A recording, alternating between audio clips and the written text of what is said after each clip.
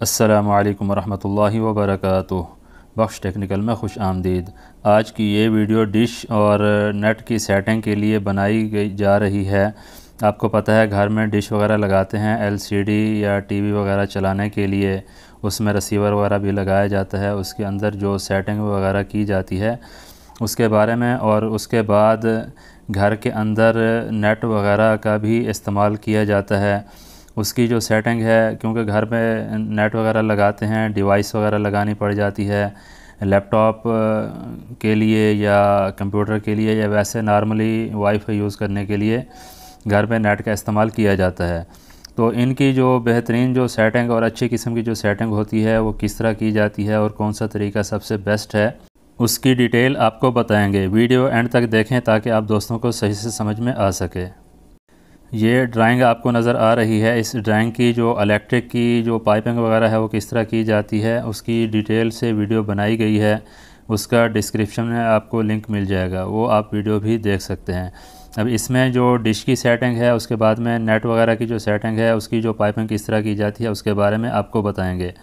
इस तरह हर कमरे में जिस जगह पे भी आपको मुनासिब लगे, हमने ये जगह मुनासिब समझी, आप किसी और जगह पे समझें, तो इसी तरह ही एक टीवी सॉकेट, एक नेट सॉकेट और दो इलेक्ट्रिक सॉकेट जो है ना, वो हर कमरे में जिस जगह पे मतलब टीवी वगैरह की सेटिंग हो तो वहाँ पे आप लगा सकते हैं, ताकि किसी जगह पे कंप्यूटर वगैरह या टीवी वगैरह एलसीडी वगैरह आप लगा सकें।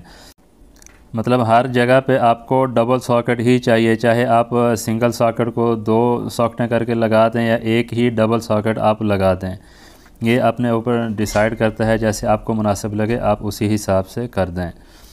ये तो 3 कमरों की सेटिंग आपको बताई है। ज़्यादा कमरे हों या जो हो उसी हिसाब से, मतलब हर कमरे में इसी तरह की ही सेटिंग बनाई जाती है।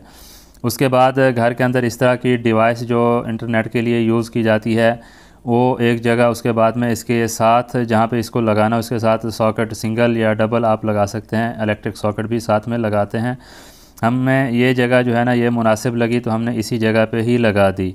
और उसके बाद जिस जगह पे हमारा एक जंक्शन बॉक्स बनाना है, इस तरह का पीवीसी बॉक्स या मेटल बॉक्स कोई भी है अपने हिसाब से आप वो भी लगा सकते हैं।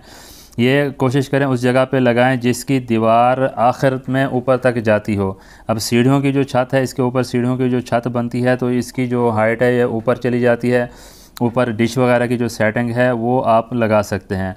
और पूरी जो हर कमरे से जो लाइन है पाइपलाइन वो यहाँ से आएगी इसी डिस्ट्रीब्यूशन बोर्ड में, और यहाँ से मेन लाइन बाहर निकालनी हो या ऊपर लेके जानी हो तो यहाँ से आप कर सकते हैं।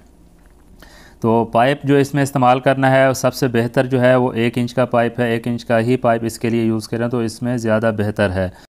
इसी तरह हर कमरे से एक पाइपलाइन सीधी डिस्ट्रीब्यूशन बॉक्स में पहुंचानी पड़ेगी, और इसी में ही मतलब इंटरनेट की तार और डिश की तार इसी में ही इसी पाइप में ही लेके आएँ तो ज़्यादा बेहतर है।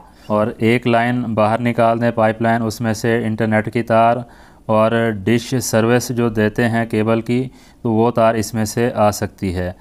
उसके बाद इसी डिस्ट्रीब्यूशन बॉक्स के ऊपर एक पाइप लगा दें 1.5 इंच का, 2 इंच का, या छोटे 1 इंच वाले पाइप 2-3 लगा दें ताकि डिश की तार ऊपर आखिर में लेके चले जाएं जहां पे हमारी डिश लग सके। और मेन चीज़ पाकिस्तान में मैंने अक्सर जगहों पे देखा है डिश की, इलेक्ट्रिक की और टेलीफोन की तार एक ही पाइप से गुजारते हैं, जो कि बिल्कुल गलत है। उसमें ना ही नेट के जो सिग्नल हैं वो बराबर आते हैं और ना ही डिश उसमें सही काम करती है। तो इस तरह की गलती से आप भी बचें, इस तरह की सेटिंग करें और हमेशा के लिए परेशानियों से बच जाएं। उम्मीद है ये छोटी सी इन्फॉर्मेशन आपके लिए काफ़ी कारआमद साबित होगी। मिलते हैं इस तरह की नई मालूमाती वीडियो में। अपना रखिएगा बहुत सारा ख्याल। अल्लाह हाफ़िज़।